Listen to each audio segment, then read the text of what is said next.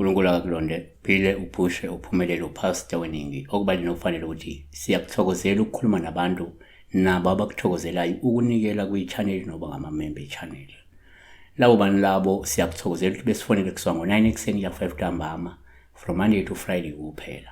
Ngalokho asibheka Moleboheng Mantshongo sanibona pastor kuthuna uphupha-ke udla ikota, ukudla ikota. So bedla ikota, abanye-ke bayibiza ngesiphahlo or isiphahlo, abanye bathi ikota, abanye bathi bunny chow.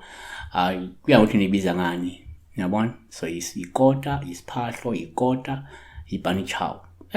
Yep, isinkwa lesi esifakwe ama-chips, singafakwa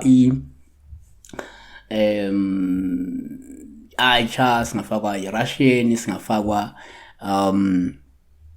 i-burger, singafakwa ucheese. It depends ukuthi lowo muntu usiyenza kanjani, yabo? So number 1, esikhathini esiningi uma ngenza uphupha ikota kuwupha uluhlu uma uyidla ngoba lokho kusho ukukhomba ukuthi impela nomuntu onenhlanhla futhi umuntu ozoba nenhlala kahle, aphile kahle, aphile kamnandi ngenxa-ke yokubusiswa ngomsebenzi maduze noma-ke ngenxa nje ukuthola imali noma-ke yokwenza inzuzo emklameni, yabona?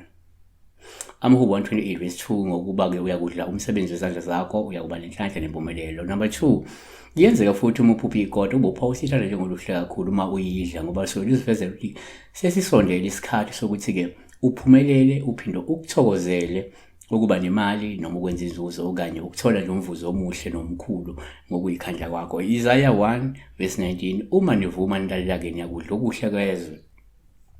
Number 2, ngokwesintu-ke uma ngenza uphupha ikota kuyaba uphawu oluhle uma uyidla.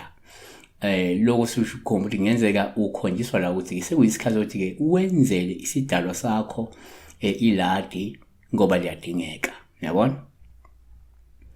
Number 4, kwesinye isikhathi uma ngenza uphupha futhi ikota kuba uphawu oluthandwa njengoluhle uma uyidla ngoba lungaveza lokuthi kungenzeka ukhonjiswa ukuthi-ke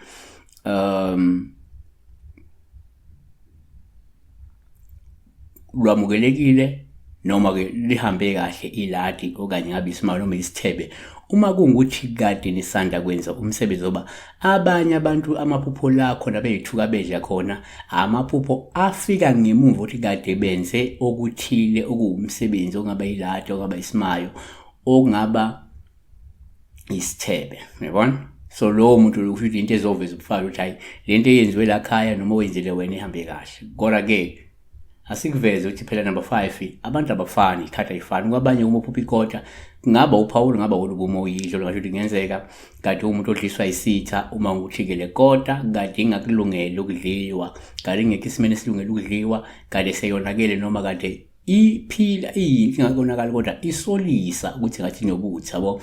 Ngemva kokuyidla.